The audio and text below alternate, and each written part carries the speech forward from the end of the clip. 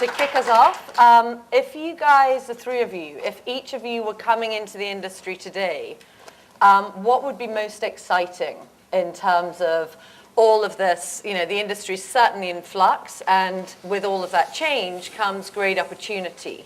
If you were starting your career tomorrow, where would you be interested in what area would you be interested in moving into, or where would you start? I'll take a shot at that. I think what would interest me most would be the marketing side of things. I think, you know, as reading shifts to digital, I think one thing that still nobody's really figured out yet is kind of what's the most effective way to tell people what the best new books are, and the whole discovery piece in the jargon of the day. You know, in the print side, covers were kind of the industry's biggest marketing tool, and a lot of people that were very successful in publishing were people that knew how to design good covers that grabbed attention. And I don't think anybody's really cracked the nut yet of the digital equivalent of that, so I think there's a lot of opportunity there. And actually in the digital space, because it's easier to self-publish, there's actually even more for a reader to choose from. And you know, that central issue of how you connect an author with their audience is only becomes even more important. Richard? Well, yeah, I mean, there's two, and only really two fixed elements, the writer and the reader. Everything else is up for grabs. And the everything else for the last 150 years was represented effectively by an industrial revolution supply chain that was designed to select a very small number of books, replicate them as much as possible, and persuade as many people as possible to buy them. And that was a fairly fixed model.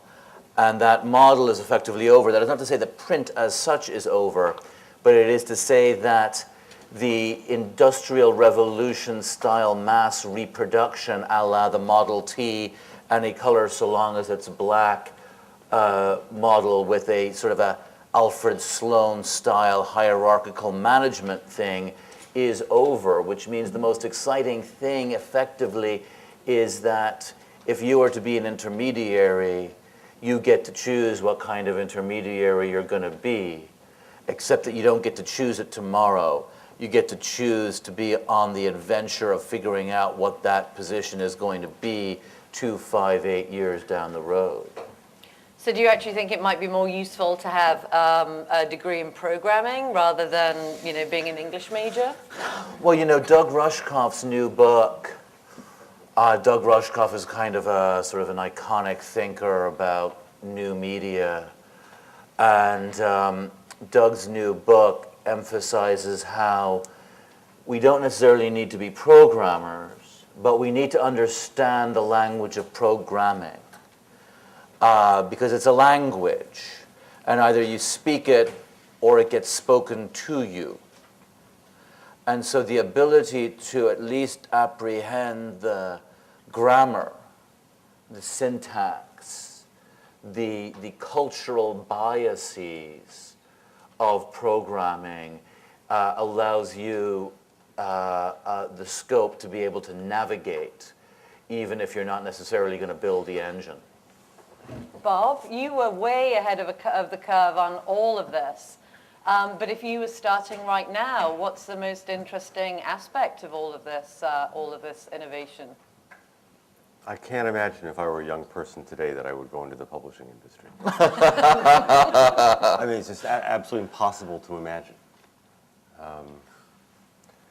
I'd much sooner go to I'd go back to school and I'd get another degree in game design. I mean, I think, you know,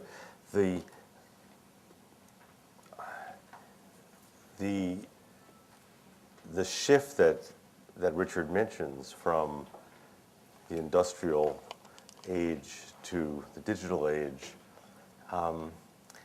it means really that everything that we know about our daily life and our sort of longitudinal life is about to change. Humanity is undergoing a shift that those of us who were here at the beginning of it are not going to recognize a couple hundred years from now when that shift is probably finished. It's very hard for humans, I know, to sort of grasp that fact that they might not be here for the next big thing. But we're probably not going to be.